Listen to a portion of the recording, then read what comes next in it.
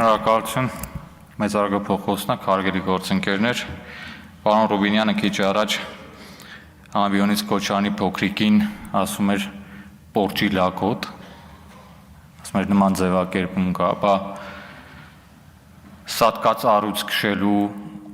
Ֆորմուլա 1-ի Բահրեյնի Grand Prix բազմակի չեմպիոնի լակոտը ինչ ձևի է լինում, պարոն Ռուբինյան, հենց այդ ձևի լակոտը լինում է, պետք է հայհոյեր ու դահլիճը լքեր։ 6-7 հոգի մանդատը դրեց, եթե հիշում եք, մարաթոն էր, որպեսզի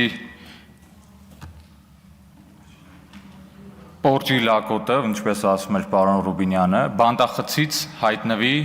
ազգային ժողովի նիստերի դահլիճում և ստանա պատգամավորական անձեռնուախելիություն։ Հետո էլ գա այս ամբիոնի մոտ կանգնի ու ասի ցույցերի ժամանակ թեթևակի հրեցին և ես կապտուկներ ստացա, ձեռքս մի փոքր ցաված և այդ անիրավ ոստիկանները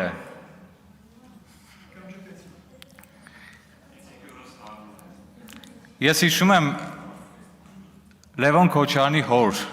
Ռոբերտ Քոչարյանի իրավահաջորդ Սերժ Սարգսյանի պաշտոնավարման 10 տարիները և ես փողոցային պայքարի կիզակետում եմ եղել շուրջ 9-10 տարի շարունակ։ Ես հիշում եմ օրինակ 2016 թվականը Սարիթաղի, երբ հենասյուների լույսերը անջատել էին ու անհասկանալի ինչ-որ տեղահաբեր կուլ տված հաստավազեր երիկաթի ձողով ջարդել էին ծնկից խնձորակու, մենք մտածում ենք ոնց այդ ջարդած ծնկներով Սարիթաղի արահետները հաղթահարենք մթության պայմաններում և պայթող լուսաձայնային նռնակների առկայության պայմաններում։ Ու հիմա ինչ-որ մկանագնդեր գալիս են այս ամբիոնի մոտ կանգնում են ու ասում են թեթև կմճտեցին կապտուկներ ստացանք, ոստիկանությունը խիստ անիրավ էր։ Ես այն ժամանակ ջարդած ծնկով հիմա էլ ազգային ժողովի ամբիոնի մոտ կանգնած Լևոն Քոչարյան, քեզ ու հորդ ասում եմ, Հայաստանը ձեր երկիրը չի, Հայաստանը իմ երկիրն է, Հայաստանը մեր երկիրն է, դուք մեր երկրի հետ կապ չունեք։ Այն ժամանակ ես ասում եի, որ հրաժարվում եմ լքել իմ տունը, հիմա էլ ասում եմ, դուք այս տանը հյուր եք, դուք Հայաստանի Հանրապետության հետ որևէ կապ չունեք ու չեք ունեցել։ Դուք ու ձեր իրավահաջորդ Սերժը 4 կատեգորիայի քաղցկեղ էիք, որ հայտնվեցիք մեր օրգանիզմում, մեր երկրում ու մեր երկիրը սկսեցիք ներսից ուտել, ներսից քայքայեցիք մեզ։ Եկել կոռուպցիայից են խոսում, ինքնիշխանությունից են խոսում, գույք պարտքի դիմացի մասին մի քանի օր առաջ էի խոսում, մանրամասն թվում էի, երբ 95 միլիոն դոլար պարտքի դիմաց Հայաստանը դարձրեցին Ռուսաստանի ճորտ։ Գազը, լույսը, երկաթգիծը, արտադրական հզորությունները, ամբողջը։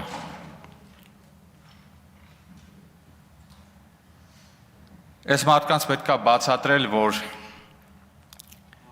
իրենց հետ այս դահլիճում նստում է Անուշ Քլոյանը, իմ շատ լավ գործընկեր։ Լևոն Քոչարյան, գիտես ով է Անուշ Քլոյանը։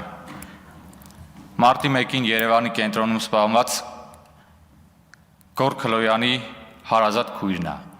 Հայրդ Անուշ Քլոյանի հորը ասելու բան ունի, թե չէ։ Հայրդ Վազգեն Սարգսյանի ու Կարեն Դեմիրճյանի ընտանիքի անդամներին ասելու բան ունի, թե չէ։ Իհարկե չէ։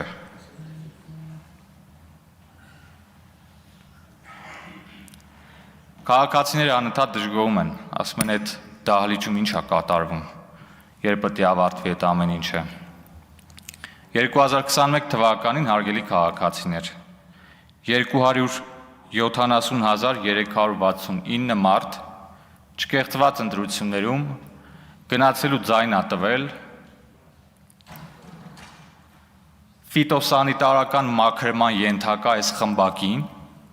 ու բերել նստացրել ազգային ժողովի նիստերի դահլիճում տալով պատգամավորի մանդատ։ Ես լավ եմ հիշում Լոռու մարզում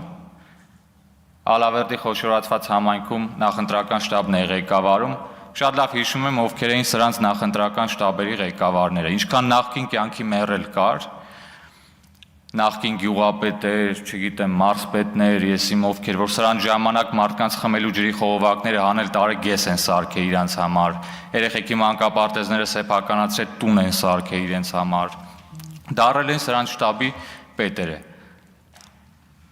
Ու մեկը սրա խնդրելով, մեկը նրա խնդրելով, մեկը այս նախկին գյուղապետի խնդրելով, մեկը այն նախկին մարզպետի խնդրելով։ Ահա թիվը 270,369, մեզանից մի դժգոհեք։ Ես չեմ տեսնում այլ ճանապարհ Լևոն Քոչարյանի ու նրա նմանների հետ այս դահլիճում նստելու։ Ես սկզբունքորեն չեմ կարող ուրիշ բան ասեմ։ Ես որտեվ ես համարում եմ, որ Լևոն Քոչարյանը իր հերը, իր հորը հաջորդած Սերժը իմ երկիրը ներսից կերել են։ Քաղցկեղի պես 4-րդ կատեգորիայի, 4-րդ ստադիայի։ Ես գաղափարական բանավեճի հեռանկար այս ամբիոնից չեմ տեսնում այս մարդկանց հետ։ Եվ ամփոփելով խնդրանքս կոչս հորդորս ձեզ, 2026 թվականի լինելու են համապետական ընտրություններ։ Երբ որ կկայացնեք որոշում ձեր քվեն այս կամ այն ուժին տալու, առաջնորդվեք ձեր մտքով եւ խղճով, ոչ թե նախկին կյանքի մեռելների շշունջները ձեր ականջին լսելով։ Շնորհակալություն։